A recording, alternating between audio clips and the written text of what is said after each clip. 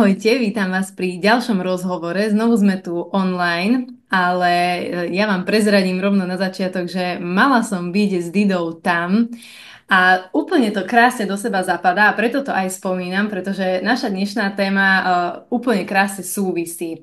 Ja som sa asi pred 3 dňami zobudila, že už niečo na mňa lezie, že necítim sa úplne fajn, tak ja už som pre istotu Dide proste dala vedieť, že aj počasie je také kadejaké a vieš čo, radšej to dajme online.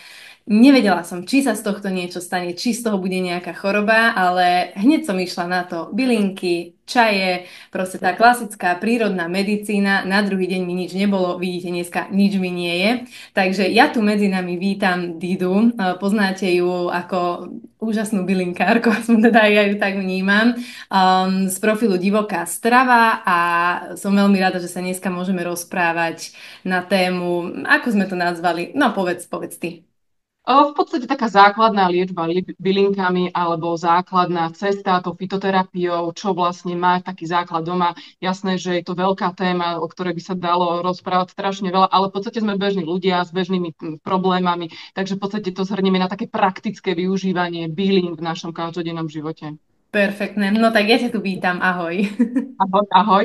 A chcem iba podotknúť, že ty si vlastne pri tomto kroku spravila veľký skok, čo veľa ľudí preskakuje, že vlastne ty si už vedela odhadnúť tie prvé príznaky, že ti telo niečo hovorí, že asi to není teraz, Boh vie čo, a nepotlačila si to. Ty si mohla zobrať nejaký liek, mohla si to kľudne preskočiť, ty by si to dala, nelahla si do postele, ale o to viac by ťa to dobehlo možno, že o 2-3 dní alebo o týždeň, vieš? A v podstate ty si počúvala to svoje telo, ktoré ti povedalo, že vieš čo, teraz treba niečo spraviť a tým pádom si to hneď utlmila na začiatku. A to je vlastne podľa mňa to gro toho úspechu, áno, liečby.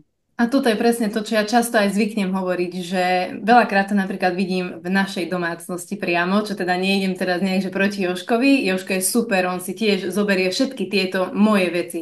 A z hodou okolností 2 dní predtým bol prvý Joško, tento raz bol prvý Joško a ja som mu také veci, že cibulu do ponožiek, to ste ho mali vidieť, on úplne, že to nemyslíš vážne, ale sa striasal. Na druhý deň ráno sa zobudil, jemu nič nebolo, len proste tieto veci bylinné a prírodné. No ale tým chcem povedať, že on je potom ten typ, že on na druhý deň mi nič není a idem do práce a ja teraz fičím, hej. A chvála Bohu, že teraz ho to nedobehlo, ale jeho to väčšinou vždy dobehne. A ja vlastne už som si všimla to, že no tak som si dala voľný víkend, mohli sme mať krásny výlet do Tajova, ale proste život nekončí a môžeme ísť aj inokedy.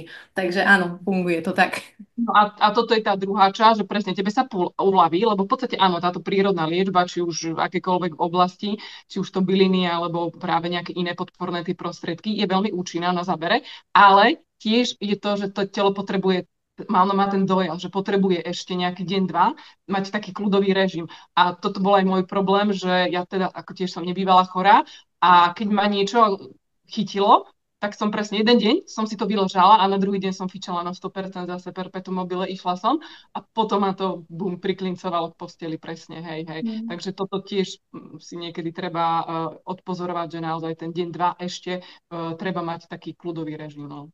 Presne tak. Dida, prosím ťa, povieš nám na začiatok úplne nejaký taký základ v skratke, že prečo bylinky? Ja viem, toto si všetci môžu dočítať aj v tvojej knihe, na tvojom profile, ale aby sme tu mali nejaký taký úvod, pretože týmto videom by som ja, alebo týmto rozhovorom by som ja dnes chcela skôr poukázať na také tie praktické veci. Ja som si vlastne jeden deň povedala, keď som si otvorila tú moju skrinku, kde mám všetky bylinky a to bolo ráno a nič mi nebolo, chvála Pánu Bohu, žiadna choroba, nič. A tá stojím pred tým a rozmýšľam, že aký čaj si spravím vlastne, čo je ten čaj, keď len tak chcem mať dobrú náladu, čiže som tak začala uvažovať. Takže ja by som toto video chcela poňať tak, aby sme vedeli nielen pri tých chorobách, ale aj pri nejakom bežnom dni, čiže úplne, že to praktické video. Ale na začiatok sa mi žiada nejaká tá teória.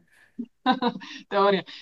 Tak ako tam teória nemá čo veľmi byť, pretože to bolo v podstate úplne odjak živa. Ľudia neboli obchody, neboli lekárne, takže ľudia museli sa nielen živiť, ale aj liečiť to, čo v prírode našli. Hej. Takže príroda bola zdroj potravy, bola zdroj liečenia, bola zdroj obživy, takže bolo to všetko. Aj dodnes sa hovorí všetko, čo naše telo potrebuje, rastie v prírode a každý má tú svoju bylinku, ktorá mu najviac pomáha, má vo svojej blízkosti niekde, či už je to vlastná záhrada, alebo niekde nejaké prostredie, kde sa cítime dobre. Takže toto tiež je taký mýtus, že my musíme teraz si hľadať nejaké strašné exotické bylinky, čo sú super, sú fajn, sú z Peru, sú, ja neviem, z azijských krajín, ale sú to pre tých obyvateľov, čo oni tam žijú, pre nich sú prioritne určené. My na tomto našom území zase máme vlastné byliny s našou energiou, ktoré sú stávané pre nás. Takže treba sa hlavne teda pozrieť, áno, čo máme u nás v záhrade a to používať 90%.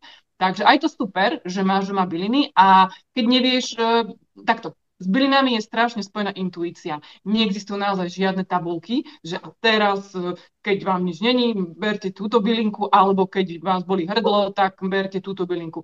Každá bylinka má všestranné účinky, to znamená, že jedna bylina má aj sami, ak ste si prelistovali nejaký herbár alebo knihy o bylinkách, tak viete, že máte pocit niekedy, že všetky bylinky, každá bylinka je na všetko, hej? Takže v tomto treba si nájsť ten svoj taký akoby vzťah s tými bylinami, že aj ja to mám, že viem, že niektoré bylinky, ja teda používam tie bylinky aj v strave, hej, že sú jedlé bylinky, to je teda moje také gro. A viem, že napríklad niektoré bylinky sú jedlé, ale nemám s nimi to prepojenie ešte a nezbieram ich, hej. Možno, že to raz príde, možno nie a netlačím to, hej. Aj keď viem, že majú super, truper nejaké vitamíny a neviem čo, hej, ale proste moje telo hovorí, že nie. No a takto je to aj s bylinkami. Máme presne 10, 15 druhov bylín a chcem si niečo ráno dať, tak naozaj by som sa asi spoliehala skôr na tú svoju intuíciu, že čo asi a vtedy by som si možno robila naozaj, alebo aj také zmesky, také univerzálne, že napríklad lípa, medovka, šípky, to sú také, alebo meta, to sú všetko také univerzálne bylinky, ktoré môžeme používať presne, že ako nič mi není, ale chcem si dať nejaký bylinkový čaj. Presne inak takto to robím. Toto sú tie, čo si vymenovala teraz, že posledné dni po nich siaham. Dobre, povedala si jednu takú krásnu vec, ktorú možno mnohí nevedia, ale ja tým žijem, odkedy som sa to dozvedela, že naozaj tá bylinka si ťa aj nájde. Čiže je pravda to, čo sa hovorí, že vyjdeš do záhrady zrazu na jar a teraz sa pozrieš, že je, že zádušník, že toľko to sme ho nemali nikdy a zrazu zistíš, že máš nejaké, ja neviem, dýchacie problémy alebo sa ti zhoršila astma alebo čo ja.